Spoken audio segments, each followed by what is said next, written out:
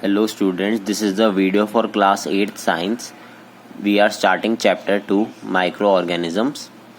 Key learning points are type of microorganisms, algae, protozoa, protection and preservation of food, bacteria, fungi, viruses, food poisoning.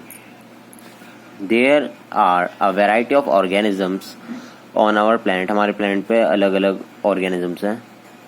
Some are extremely large, बहुत बड़े, जैसे blue whale होती है, whereas some so tiny that they cannot even see by naked eyes. मतलब हम ऐसे simple आंखों से उन्हें नहीं देख सकते, माइक्रोस्कोप की नीड होती है उन्हें देखने के लिए. और ये इतने स्मॉल होते हैं कि हम फोटोग्राफ भी नहीं देख सकते इनकी, बट माइक्रोस्कोप से देख सकते हैं. Extremely small organism such as those shown at the above only to be seen by photograph when with the help of an instrument called microscope. Microscope से देख सकते हैं. Organism that are visible only through microscope उन्हें कहते हैं micro organisms. Micro means very small, और microbes हम इसे कह सकते हैं. हम इस चैप्टर में इन्हीं के बारे में पढ़ेंगे. तो टाइप ऑफ माइक्रो ऑर्गेनिजम्स में पढ़ते हैं. Micro organisms are the most abundant organism on our planet. They are found almost everywhere. हर जगह होते हैं, चाहे वो आइस कोल्ड जगह हो या फिर हॉट स्प्रिंग्स हो, डेजर्ट हो, कुछ भी हो. हर जगह माइक्रो ऑर्गेनिजम्स होते हैं. ये कहीं भी सर्वाइव कर सकते हैं. Inside the body of animals and human beings, हमारे अंदर भी होते हैं. Some live alone while some grow in groups such as colonies. कुछ अकेले रहते हैं या फिर कुछ कॉलोनीज की तरह रहते हैं, झुंड बनाकर एक ही जगह. Organisms can be divided into the following 5 major groups: bacteria, protozoa, fungi, algae and viruses. ये 5 ग्रुप हैं. तो हम पहले ग्रुप से स्टार्ट करते हैं, bacteria. Bacteria have lived on earth for much longer than the human beings. They are believed to be the first living beings to have appeared on the earth. ये सबसे पहले यही आते हैं अर्थ पे. In 1677 Anton van Leeuwenhoek observe bacteria for the first time. इस scientist ने bacteria पहली बार देखे थे माइक्रोस्कोप से. बैक्टीरिया अब इनके शेप एंड स्ट्रक्चर पढ़ते हैं. तो बैक्टीरिया के 3 डिफरेंट फॉर्म्स होते हैं शेप के हिसाब से. सो पहला आपका कोकस और round shaped. Bacteria which have spherical shape are called coccus form. Singular coccus या फिर प्लूरल कोकी.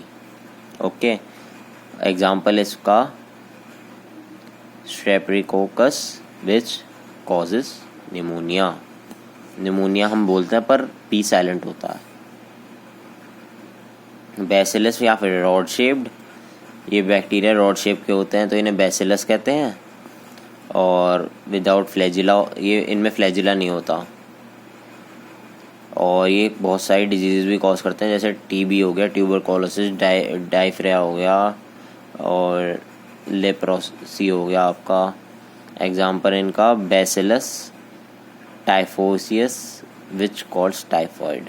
टाइफोइयस मतलब टाइफॉइड. ठीक है. स्पिरल और vibrio shaped. These bacteria are crook shape. Screw, जैसे स्क्रू होता है ना, पेच, उस शेप के होते हैं. या फिर कॉमा शेप, जैसे आप कॉमा बनाते हो. और इनके बॉडी सरफेस में एक से ज़्यादा सीलिया या फिर फ्लैजिला होते हैं. एग्जाम्पल ये है इसका जो क्लोरिया करता है. Some bacteria like saprophytic bacteria are useful which break down dead plants and animals. They use animals feces or other waste material as their food. जो सेफ्रोफाइटिक बैक्टीरिया होते हैं वो ब्रेक डाउन मतलब सड़ाने में हेल्प करते हैं डेड प्लांट्स और animals को, और उनकी फीकस या अदर वेस्ट मटेरियल को यूज़ करते हैं. और मतलब shit, these are also decomposer, क्योंकि सड़ा रहे हैं. So bacteria grow in the presence of oxygen. These are called aerobic bacteria. Some grow in absence of oxygen, anaerobic bacteria. So जब ऑक्सीजन के प्रेजेंट में ये ग्रो करते हैं तो एरोबिक, और जब ऑक्सीजन के एब्सेंस मतलब ऑक्सीजन नहीं होती तो anaerobic. Uses of bacteria. Fixation of nitrogen. Rhizobium bacteria changes the nitrogen air into nitrate. जो नाइट्रोजन एयर होती है उसे नाइट्रेट बना देता है, और इस प्रोसेस को हम कहते हैं fixation of nitrogen. These bacteria live in the nodules of root in leguminous plants. Leguminous plants के रूट्स के नोड्यूल्स में होते हैं, मतलब गांठों की तरह. Decaying of plant and animals waste. Bacteria break down to the dead bodies of animals and plants, feeding on them, and produce humus, which helps to maintain the fertility of soil. Food production.